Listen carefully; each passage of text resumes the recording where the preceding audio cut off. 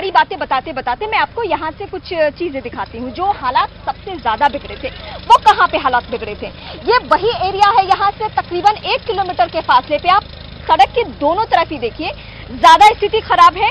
और ये हालात इतने ज्यादा बिगड़े कि यहाँ पे लोग आकर ये जो दुकान है उसको जलाते रहे। यहाँ पे इतनी स्थिति खराब हो गई थी कि पुलिस कर्मियों की अगर जान गई है तो आप समझ सकते हैं कि यहाँ पुलिसकर्मी अगर पहुंचे भी होंगे तो उनके लिए इस चुनौती से पार पाना कितना मुश्किल होगा। हालांकि सीएम का ये कहना है कि दोनों पक्ष आपस में साथ में बैठ रहे हैं, बातचीत हो रही है, समझाने बुझाने की कोशिश की जा रही है और इसका असर भी देखने को मिल रहा है, यानी पूरे राज्य में शांति व्यवस्था कायम है। नूह के उस इलाके से मैं आप तक रिपोर्ट पहुंचा रही हूं जहां पे स्थिति वाकई इस वक्त सामान्य है।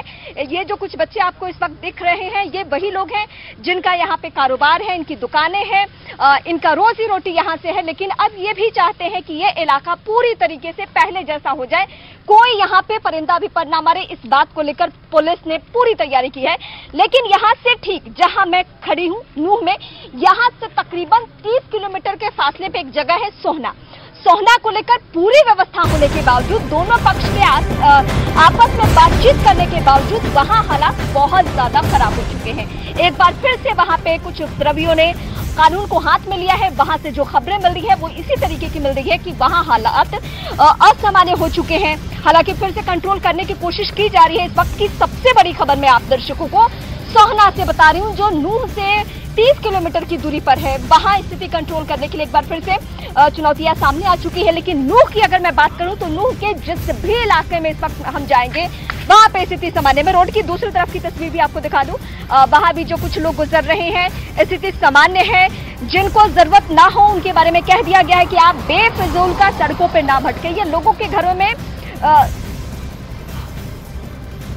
और इस वक्त ये जो शांति आपको दिख रही है, ये जो स्थिति सामान्य है, बच्चे भी मोबाइल यूज कर रहे हैं, ये लोग आपस में बैठ के बातें कर रहे हैं, ये शांति व्यवस्था इसलिए कायम हो पाई है क्योंकि जो इस वक्त एक और बड़ी खबर आप दर्शकों के सामने मैं बताऊंगी, दोनों पक्ष, दोनों ही समुदाय जिनकी तनातनी की वजह से ये हालात बन गए, वो फिलहाल आपस में एक साथ बैठे, बातचीत की।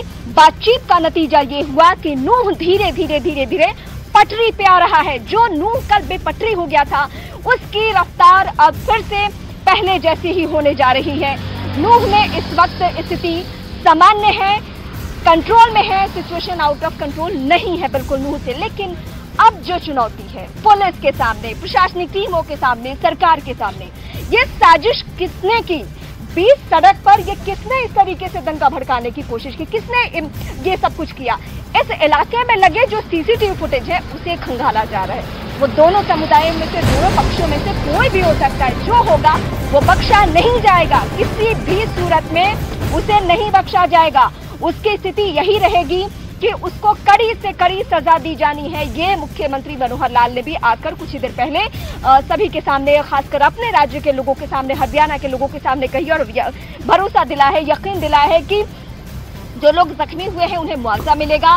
5 लोगों की इस पूरे घटनाक्रम में मौत हो चुकी है जिसमें 2 पुलिसकर्मी हैं, इसके अलावा 3 सामान्य नागरिक हैं। इन सभी को भी मुआवजा दिया जाना है, ये सीएम ने कह दिया।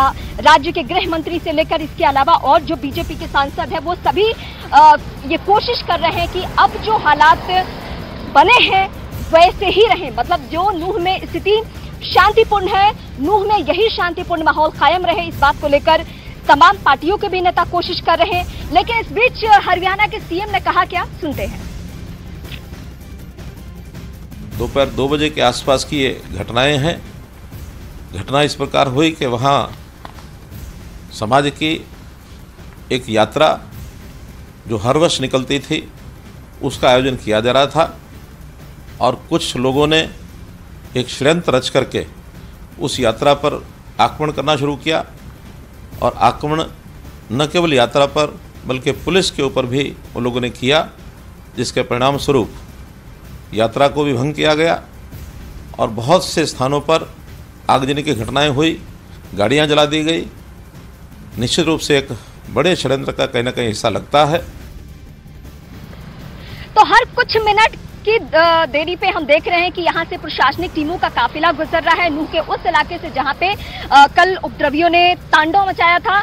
लेकिन इस बीच एसपी, जिले के एसपी को जो अतिरिक्त जिम्मेदारी सौंपी गई है, उनके ऊपर पूरी जिम्मेदारी ये भी है कि पूरी तरीके से स्थिति कंट्रोल में हो। उनसे मेरे सहयोगी जावेद ने बात की है, वो बातचीत सुनाते हैं। कितने एफआईआर हुए हैं और कितना आपने अरेस्ट किया और अभी स्थिति कैसी है? अब तक स्थिति संपूर्ण रूप से प्रशासन के कंट्रोल में है। यहाँ पे पैरामिलिट्री फोर्सेस की तैनाती रात को ही, कल शाम को ही कर दी गई थी। सारी शांति व्यवस्था, फ्लैग मार्च कल शाम से चालू है और अभी तक 16 एफआईआर रजिस्टर की गई हैं। और अभी जो भी बाहर से कंप्लेंट्स भी आ रही हैं, जो कल गए थे उनके साथ कोई मारपिटाई या कुछ हुआ है MLR बेसिस पे, वो भी हम रजिस्टर कर रहे हैं। और अपराधियों की धरपकड़ के लिए हमारी Haryana STF, Haryana police joint रूप से ऑपरेशन कल शाम से ही लगी हुई है। सर, मोनू मानेसर की उपस्थिति थी या नहीं, क्योंकि उसी की अफवाह के बाद ये पूरा इंटेलिजेंस के हिसाब से वो यहाँ पे मौजूद नहीं थे।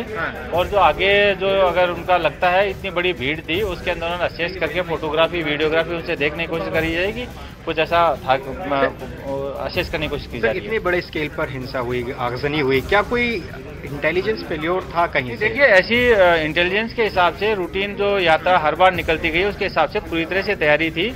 यात्रा, बहुत सारी यात्रा आगे तक निकल भी गई थी, फिरोजपुर जिरका तक भी पहुंच गई थी। जो यात्रा का पीछे वाला हिस्सा था, अचानक वहां पे हिंसा बिल्डअप हुई है और उसके लिए जो एकदम से जो रिएक्शन टाइम था, उसके अंदर पुलिस ने अच्छा भी काम किया है। जो यहाँ पे जो लोग बाहर से लोग जितने भी श्रद्धालु आए हुए थे, उनको पुलिस ने तुरंत रेस्क्यू किया है। किसी को चोट लगी है, इंजर्ड को मेडिकल कराया है।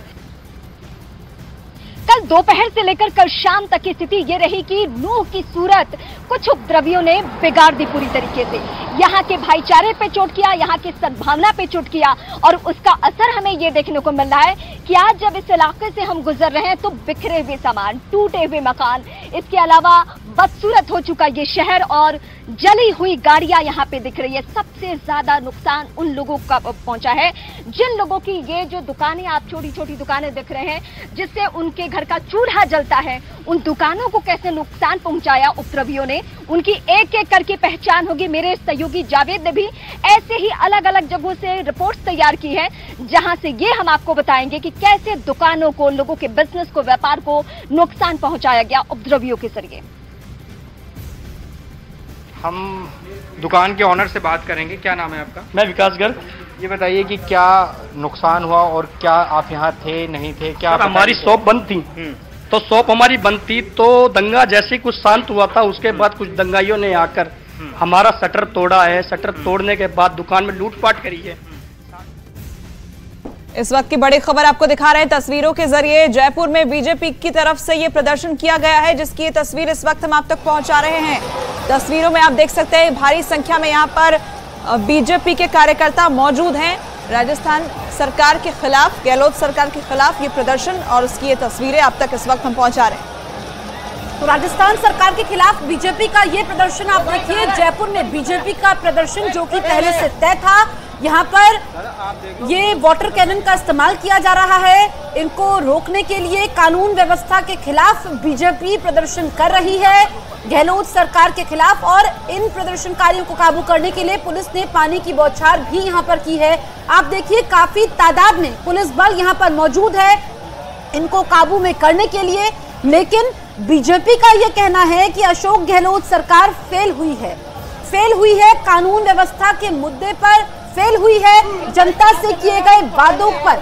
और इसी साल राजस्थान में चुनाव भी है। उससे पहले आप देखिए काफी